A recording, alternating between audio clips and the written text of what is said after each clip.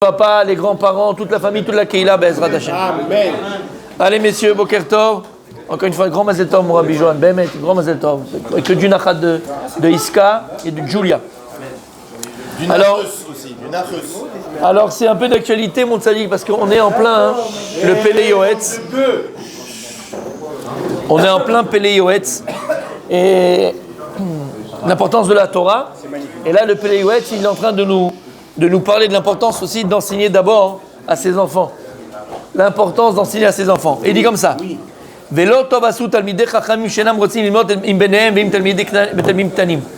dit, c'est pas bien ce qu'on fait, ce que font. C'est pas bien ce qu'on font les Talmidei Chachamim, de ne pas vouloir étudier avec leurs propres enfants ou avec des élèves, avec des jeunes élèves, avec des enfants.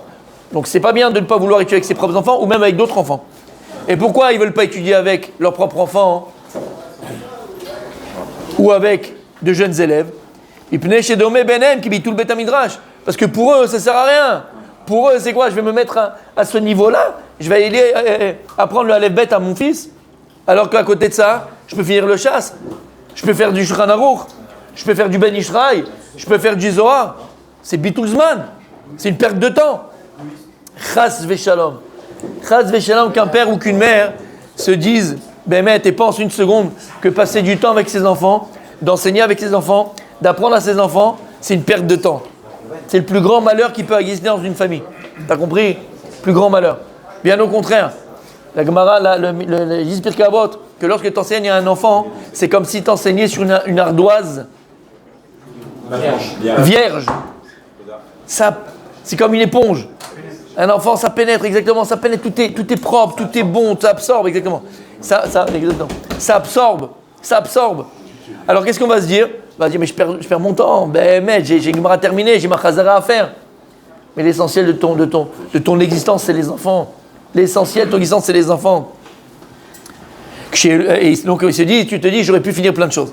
Loken ima talmidim tsarich leotzizman zmanim liot choser imahem achilmedu kol daba. Bien au contraire, prends le temps d'enseigner non seulement à tes enfants, et aussi à de jeunes enfants. N'aie pas peur, n'aie pas honte. Et au contraire, prends le temps, répète s'il faut 100 fois, répète s'il faut 200 fois. Mais ça demande beaucoup d'efforts. Ça demande beaucoup d'efforts. Quand tu répètes 10 fois une chose, il ne comprend pas, et tu dois répéter la Mishnah, répéter le Chumash, répéter la Halakha, il ne comprend pas. Mais en vérité, qui c'est qu'on avait dit hier, qui c'est qui est capable d'enseigner à des jeunes enfants de 7, 8 ans et 9 ans et 10 ans? Qui est capable, à part leur père? On a dit même à des talmim, je suis d'enseigner à des enfants. Il dit uniquement la personne, qu'on son intention, dans tout ce qu'il fait, dans sa Avodat Hashem, c'est faire plaisir à Kadosh Baruch Hu. À partir du moment où tu sais que, et ça, comment on appelle ça? Ça s'appelle un chassid.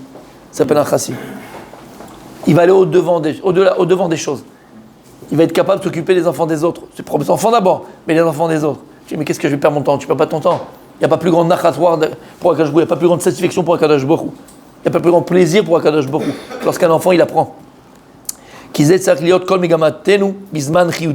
ce qu'il dit, c'est une phrase extraordinaire.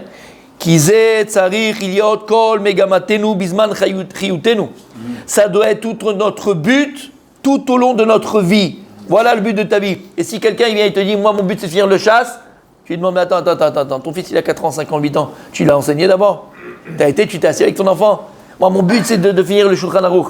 C'est pas ça le but de la vie mon fils. Tu t'es planté, tu es à côté de la plaque. Kol megamatenu, il dit, tout le but de ton existence, c'est tes enfants.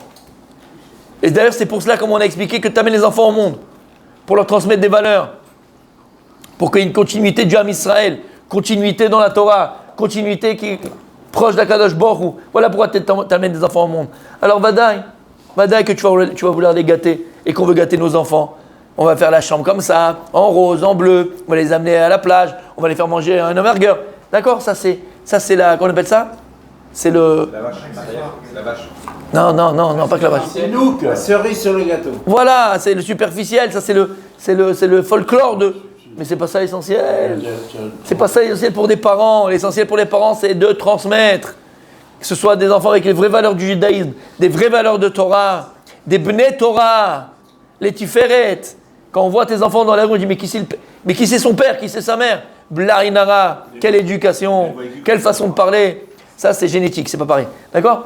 Quelle éducation, quelle façon de parler, quel comportement, quelle Torah il a, quelle personne agréable elle est. Ça, c'est ça l'héritage qu'on a, qu'on laisse après 120 ans. Et toute ta vie, il dit, va d'ailleurs dans l'éducation des enfants, mais toute ta vie, la seule chose que tu vas chercher, c'est faire plaisir au maître du monde. Est-ce que maintenant, ce que je vais faire là, maintenant, est-ce que ça fait plaisir à Hachem ou pas? C'est toute la question que tu vas te poser. Alors maintenant, là, je vais faire quelque chose. Est-ce qu'Hachem, c'est ce que tu veux, tu désires de moi ou pas? Et à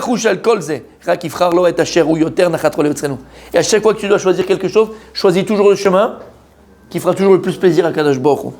Et donc, si à Kadosh Baruch Hu, il te va rentrer au quick pour manger ton fish burger, d'accord, au ton McDonald's, tu sais que ça l'énerve, tu sais que ça lui fait de la peine. Alors pourquoi tu continues? Pourquoi tu continues?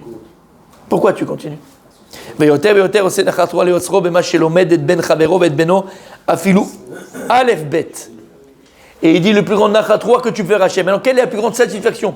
Le plus grand plaisir que tu peux donner à Hachem, c'est lorsque tu vas prendre le temps pour enseigner à tes enfants ou à des enfants. Afilou Aleph Bet. Tu vas apprendre à des enfants le Aleph Bet. Tu vas dire mais attends, je comprends pas. J'ai déjà fini le chasse. Moi, je te fais Gemara à l'envers, à l'endroit, Rachid, Tosfot, Rishonim, Acharonim. Moi, je vais m'occuper des enfants. Moi, je vais apprendre les bêtes aux enfants. Moi? Oui, toi, espèce d'idiot. C'est pourquoi? Parce que si tu fais ça et tu es capable de faire ça, c'est que Bémet, tu es un Eved Hashem. Tu es un véritable serviteur d'Akadosh Baruch Hu. Un véritable serviteur d'Akadosh Baruch Hu. Parce que tu ne cherches pas ta pomme, tu cherches quoi? Le kavod d'Akadosh Baruch Hu. L'honneur d'Akadosh Baruch Hu. Et c'est quoi le kavod d'Akadosh Baruch Hu? C'est qu'on le sache. On avait parlé de ça. C'est qu'on le sache. Et plus on va savoir Dieu, et plus on rapproche la Géoula. Evel Shen Bochet, quand tu enseignes aux enfants, le Evel PM Shebet Rabban, comment on dit le Evel PM Shebet Rabban? Evel. Le souffle, mais c'est plus que le souffle.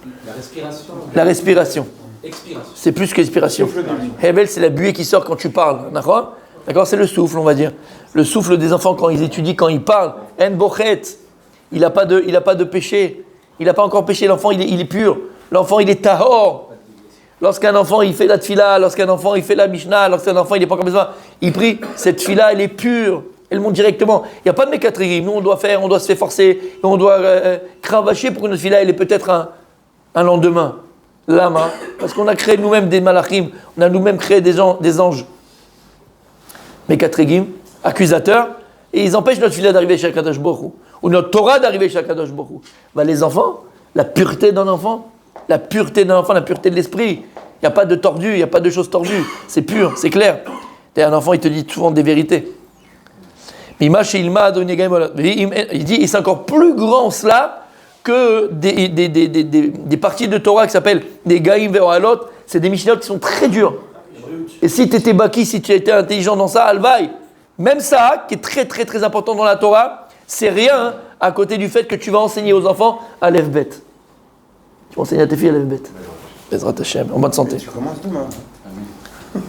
Ve'ed ekol chefetz ulfum tsara agra. Et sache que le salaire, en vérité, qu'on reçoit après 120 ans, c'est en fonction de l'effort. Ve'rou il kayem beze. Sache que, Behemet, fais ce que je te dis. Il dit le Peleyouetz, le conseil prodigieux. Le conseil, il dit, regarde, écoute mon conseil. Tu sortiras gagnant de ça. Tu vas voir le nachat que tu vas avoir quand tu vas toi-même vieillir et voir tes enfants unis ensemble, unis dans la Torah, unis dans la Gdusha, unis dans les choses qui sont vraies.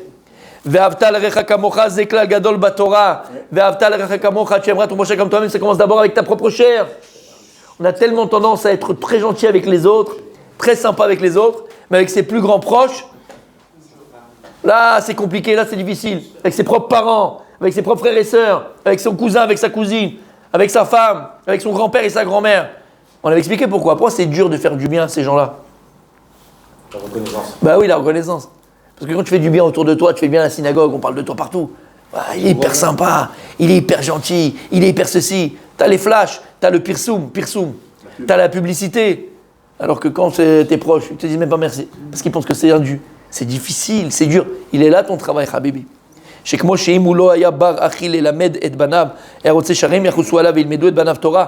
on a dit, Comme toi, imagine, en toi, tu ne pouvais pas enseigner à tes enfants la Torah parce qu'il n'y avait pas de Torah. Tu aurais tellement voulu que quelqu'un prenne en main tes enfants, étudie avec tes enfants, leur apprenne à mettre le derech Torah, Torah.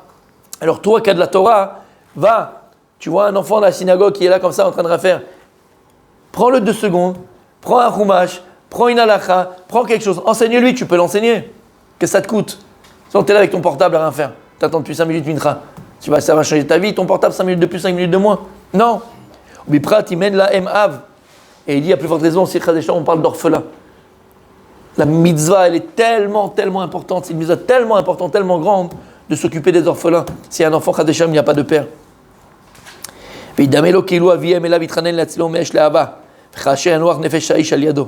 C'est comme si maintenant cet enfant-là qui n'a pas de père, il n'a pas de repère.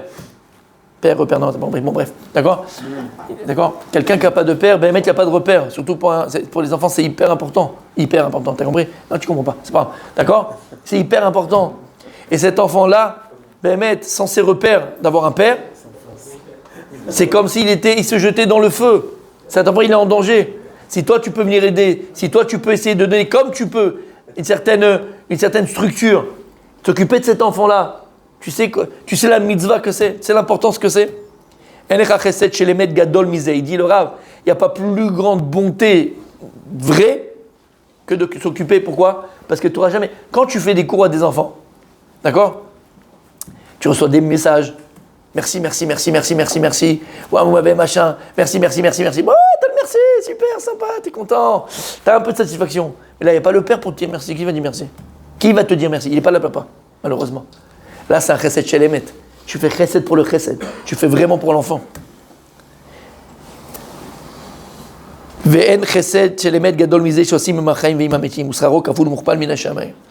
Donc, en conclusion, mes amis, on ne doit pas se dire, d'étudier avec nos enfants, de prendre du temps pour nos enfants, c'est une perte de temps. Zelon achon. Il a dit le Rav une phrase magnifique. Kol megabatenu b'chaim. Tout notre but dans la vie, c'est ça, faire plaisir à Kadosh Borou. Et quand tu prends conscience que le plus grand plaisir pour Hachem, c'est qu'on s'occupe de nos enfants, c'est qu'on leur transmette les vraies valeurs de la Torah, les vraies valeurs du judaïsme, qu'on étudie la Torah, qu'on les rapproche de lui, qu'on leur amène la crainte du ciel, qu'on leur amène l'amour de Kadosh Borou. Alors